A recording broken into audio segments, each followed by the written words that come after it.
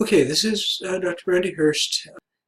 As I've said before, I'm a retired or maybe semi-retired psychologist doing these videos as basic information that can help people with a variety of things. I just talked about earworms and referred to certain anxieties, fears as fearworms. Check that out. But in that, I referred to diaphragmatic breathing. Some people just refer to it as deep breathing. Others people refer to it as belly breathing. I take a slightly different attack on it and to describe it. But first, let me tell you why and what it is. When the body gets into its fear reaction, that fight or flight kind of just gut fast self-protective reaction where the heart rate increases, the blood pressure goes up, the breathing gets shallow, it gets fast. The pit of the stomach feeling or the butterflies feeling that people can get is because the whole gut area kind of stops working because everything is geared towards that fight or that flight reaction, that ready to mobilize the arms, the upper body for the fight, or the legs for the flight. The focus here on breathing is real key. And this is being taught in sports, in music, all kinds of places, speech giving, as you settle the body down through breathing. It gives your brain a chance to catch up. Remind yourself, once you're in the game, once you've got a minute of the speech, or if you're in a play, you're on the stage for a minute, you're going to be good to go. Most people can say that. I mean, if they haven't practiced enough, if they've been dogging it on what they're supposed to be doing, yeah, it might be real fear. But if they've practiced, if they really know their sport or their music or their script, and not just knowing it, but they've done it, it starts to flow once you get in there. But that the anticipation, the build up before the wrestling match or the whatever can just feel like your heart's going to come on your chest. And of course, sometimes people will, the stomach stops, they will throw up or they'll feel like they might. Some people will have diarrhea, evacuate. And if you've ever seen wild animals in a situation where they are really scared, they're truly fleeing, they will lose their bowels as they're fleeing. So, this is a normal biological thing, but it can take over sometimes when we're surprised or when we're afraid, or building up to something that like a match or a game. So teaching people how to settle that down. One of the easiest, one of the most portable, easy, accessible, maybe that's the word, is breathing. Because when we breathe in a relaxed way, the brain gets the message, oh, there must be nothing to be afraid of, or I wouldn't be breathing like this.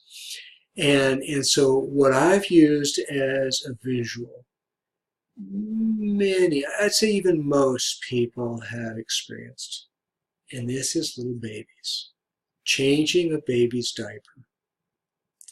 So if you've ever done this, there's a couple of different experiences.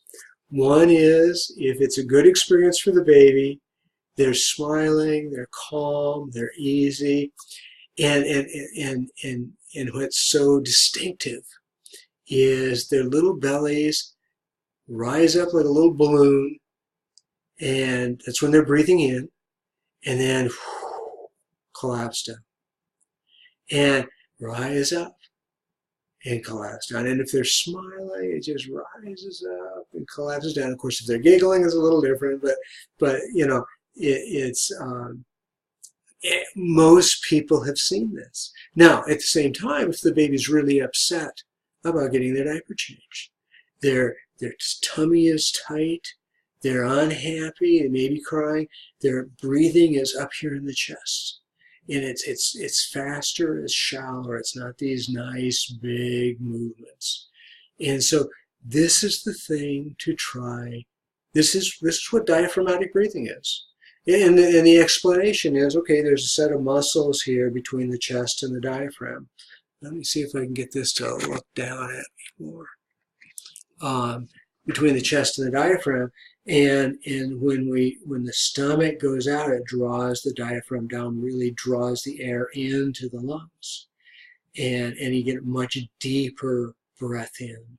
So singers do this all the time. Musicians brass players, woodwind players, they're learning to do this all the time, where you're taking a deep belly breath and then you're letting it out slowly. The diaphragm is pushed up.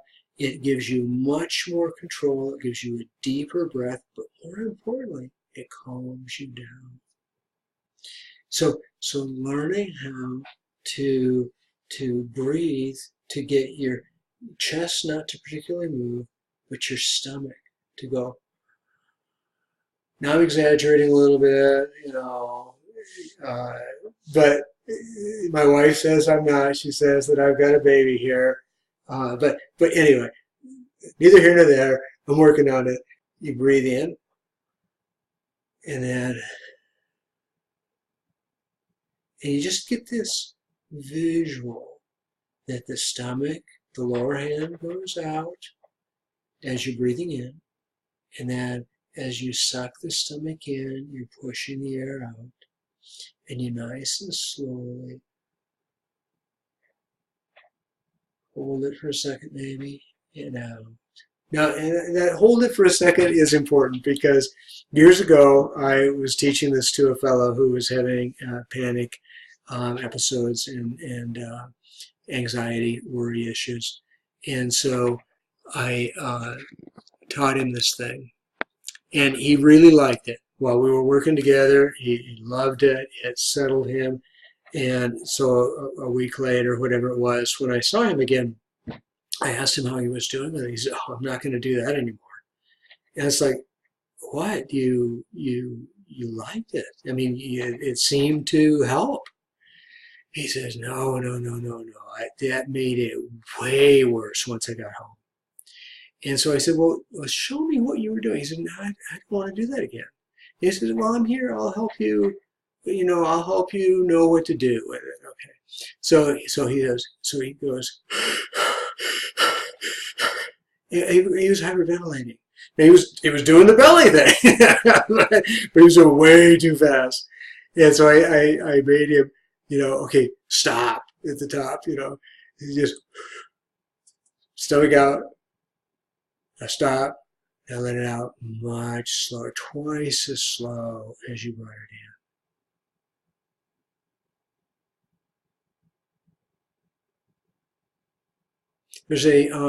There's a thing you can get.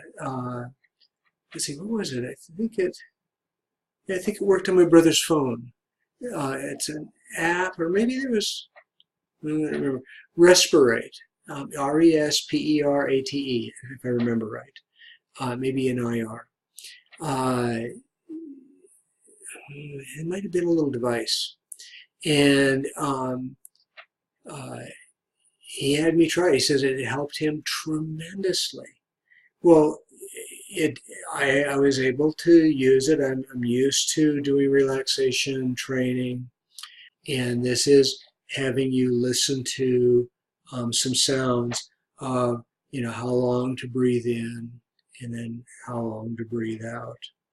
And over time, you extend those times to longer times and deeper breaths, and it just settles the system down. If you'd like something that is a device, there may be apps for this, I'm not sure, do that. But for me, the key is learning you can do it. You have the way. It's not easy to remind yourself. It's in the beginning, it's not always doesn't always feel easy to do, but just practice a few times a day for a few minutes.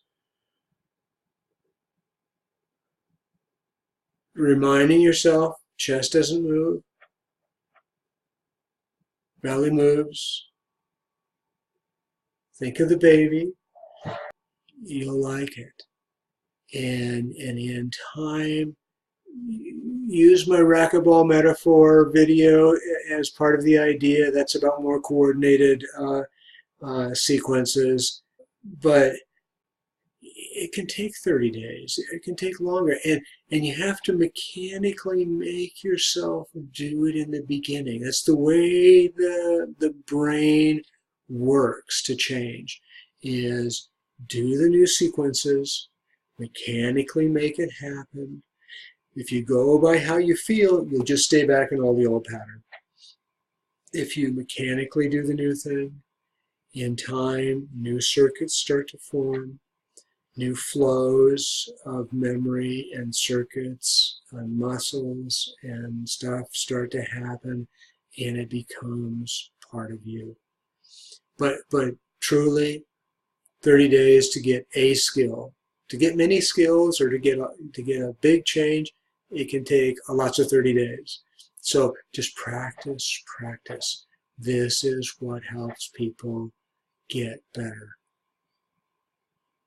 Use the breathing, especially if there's anxiety issues. Use the breathing to help the body settle before you put yourself in an anxious situation. Know that you're going to get anxious, and then let yourself breathe through it. Slow yourself down. Remind yourself that it's just your brain's fear reaction, that you can respond if you need to, but most of the time the anxiety, the fear is not something you need to respond to. Now, don't put yourself in foolish situations. Keep it about stuff that's just causing you to be anxious and to avoid. And do the breathing. And do the breathing to help you sleep at night. I'll have some videos on sleeping and how to help that. But the deep breathing can be a wonderful aid. If you have a way of having music that turns off with a little music in the background, might be a great aid. But again, if you can learn how to do this without the music, it's like not going to therapy, in the sense that if you can do stuff, if you can use these videos to make changes without professional therapy, then you've done it. If anything that you do that I suggest becomes too much, too overwhelming, too evoking of a bad juju, get help or back down and go a little slower. But you decide what you need. These videos are about giving you some background that will help you if you ever do need therapy, because you'll know more about diaphragmatic breathing, about anxiety, about fear hormones, about I'll be doing some on addictions and stuff like that. So good luck. Check out any other videos that sound interesting, and see you again.